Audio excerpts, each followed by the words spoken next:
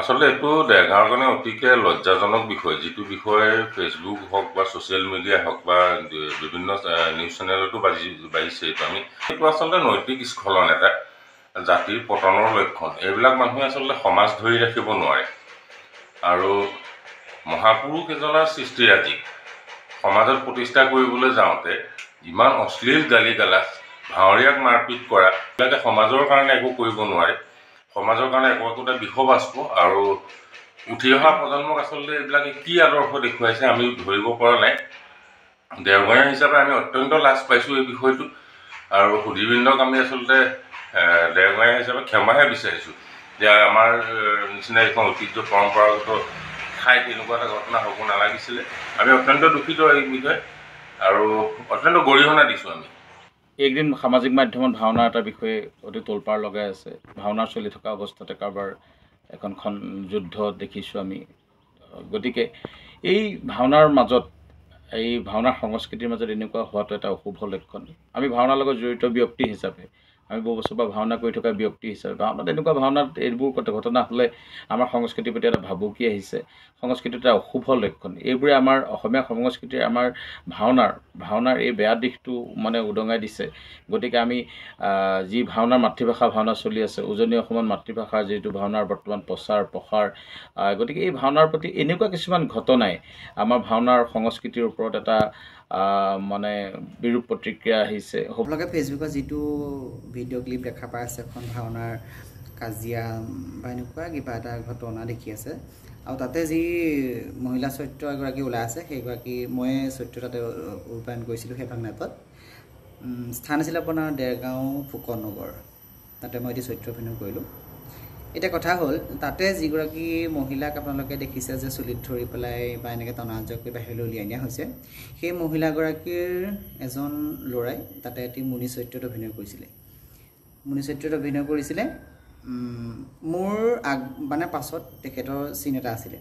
মোৰ চিনটো কৰি পেলাই, মানে মোৰ যিটো দৃশ্যটো কৰি প্ৰস্থান হোৱাৰ পাছতেই সেই মুনিজনৰ আৰু ৰজা এজনৰ সংলাপ আছিলে। সেই ৰজা আৰু মুনিৰ প্ৰস্থানৰ পাছতে আকৌ মোৰেই দৃশ্য এটা আছিলে।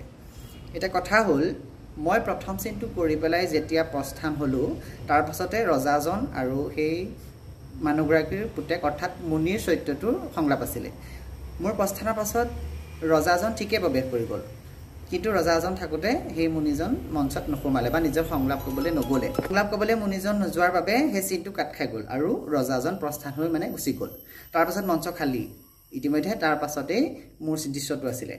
মোৰ দৃশ্যটো থকাৰ কাৰণে সহযোগী ভাৱৰীয়াই ক'লে যে মঞ্চ খালী হ'ল, ইয়াৰ পাছত তোমাৰ চৰিত্ৰটো আছে, তুমি সোমাব লাগে মঞ্চত আৰু তুমি সংলাপ ক'ব লাগে। ঠিক সেইমতে মই মঞ্চ খালী হৈ গ'ল, ৰজাজনৰ প্ৰস্থান হ'ল, মই মোৰ দৃশ্য কৰিবলৈ মঞ্চত সোমাই গ'লোঁ। সোমাই যোৱাৰ পাছতেই মানুহগৰাকীয়ে মোক গৈ পেলাই ক'লেগৈ যে, মই মানে দৃশ্যটো কৰি পেলাই মই মেকআপ ঘৰলৈ গ'লোঁ। লগালগ মানুহগৰাকী মোৰ তালৈ গ'ল, মোৰ ওচৰত গ'ল, ক'লে যে ইয়াত চিন কথা কিহৰ অভদ্ৰামী। মইতো একো বুজি পোৱা নাই কিহৰ, কাৰ চিন কাট খালে, কেনেকৈ কাট খালে।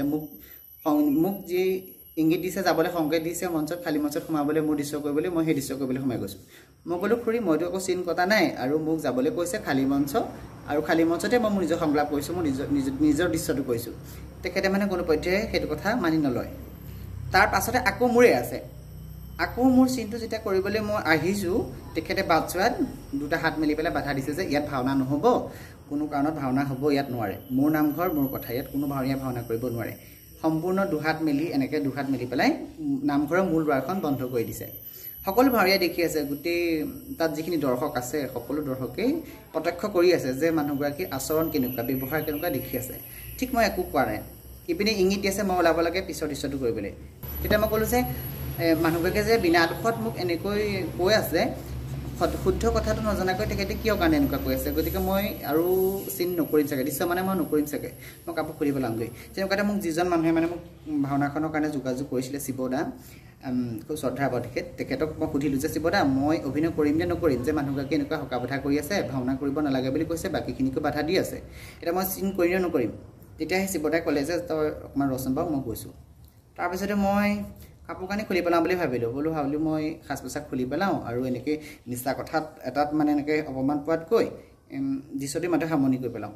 তেনেকুৱাতে 10গৰাকীমান মহিলা মানে মোৰ ওচৰলৈ গৈছে গ্ৰীণ ৰুমলৈ আৰু সহযোগী মানে যিসকলে পুৰুষ অভিনয় কৰি আছিলে তেখেতসকলো গৈছে গৈ পেলাই ক'লে যে জান চোৱা মই সাজু কৰিছোঁ আমি তেখেতৰ হৈ মান মাতিম তোমাৰ হৈ মান মাতিম তুমি খালি একো নক'বা কথাখিনি সামগাতক তুমি পাছৰ দৃশ্যটো কৰি দিয়া আৰু যদি তুমি পাছৰ দৃশ্যটো নোলোৱা তেতিয়াহ'লে এটা চৰিত্ৰ মানে একেবাৰে মাৰ খাই যাব বদন্য চৰিত্ৰটো ওলাবই নোৱাৰিব তাৰ মোৰ ঠিক আছে আপোনালোকৰ কথা মতে মই বাৰু ওলাই দিম কিন্তু কিবা যদি আকৌ মই বিনা কাৰণত শুনিব লগা হয় কিন্তু মই বৰ লাজ পাম কৈছে আমি আছোঁ তুমি চিন্তা কৰিব নালাগে ঠিক আছে মই তেওঁলোকৰ কথা শুনি মহিলাকেইগৰাকীও মোক সাহস দিলে আৰু সহযোগী ভাৱৰীয়াখিনিও ক'লে তাৰপৰা 4জনমান ভাৱৰীয়াই মোক মাজতে সোমোৱাই পেলাই মণিকূটৰ ফালেদি নামঘৰলৈ লৈ গৈছে যে তুমি এইটো চিন কৰি মাত্ৰ তোমাৰ নিজৰ সংলাপখিনি কৈ পেলাই আকৌ এইফালেদিয়ে গুচি আহিবা আমি ৰৈ থাকিম তোমাক যদি কিবা কয় আমি তেখেতক মানে ক'ম বা যি ক'ব লাগে আমি কৰিম বা যি ক'ব লাগে আমি ক'ম ঠিক তেওঁলোকৰ কথা শুনি পদ্মন্য চৰিত্ৰটো কাট খাই যায় বুলি মই সেইখিনি বিনা দুখত লাজ পোৱাৰ পাছতো মানে মই দৃশ্য কৰিবলৈ মঞ্চত সোমাই গ'লোঁ মানে নামঘৰত সোমাই গ'লোঁ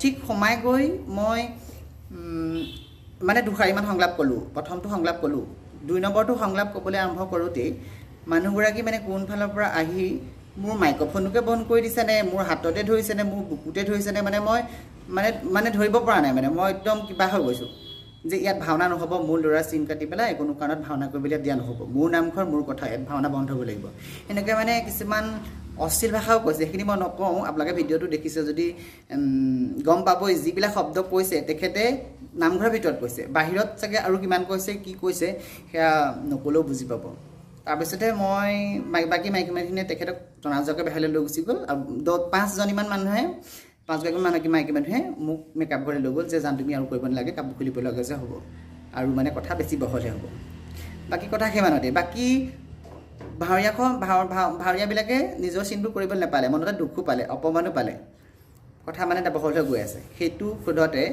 ভাৱৰীয়াখিনি একত্ৰিত হৈ আলোচনা কৰি কোনে কেনেকৈ ক'ত কি কৈছে নাজানো আলোচনা কৰি পেলাই ওচৰতে আছে দেৰগাঁও থানাতে মানে এখন মানুহজনীৰ বিৰুদ্ধে মানে মানহানিৰ এখন আজাহাৰ দাখিল কৰিছে বুলি মোক ফোনযোগে মানে মই পিছত গম পাইছোঁ যে এনেকৈ পুলিচতো দিছে আৰু পুলিচেও মানে সুধিছিলে যে সেই অভিনয় কৰি থকা ল'ৰাজন আছে নেকি মহিলা চৰিত্ৰ কৰা বোলে নাই তেখেত গ'লগৈ ঘৰলৈ সময় হ'ল গ'লগৈ তাৰপিছতে সেয়াই আৰু মোক ফোন কৰি ক'লে যে মানুহগৰাকীয়ে যে ইমান ডাঙৰ এটা ভুল কৰিলে সেই ভুলৰ কাৰণে ৰাইজে এটা সিদ্ধান্ত লৈছে বুলি মোক কৈছে যে তেওঁ নিজাববীয়াকৈ এখন ভাওনা ৰাইজক দান দি আৰু নিজে এভাগ বৰসভা পাতি সমূহীয়াকৈ ৰাইজক ক্ষমা বিচাৰিবলৈ কৈছে যে ভাৱৰীয়াখিনিক অপমান কৰিছে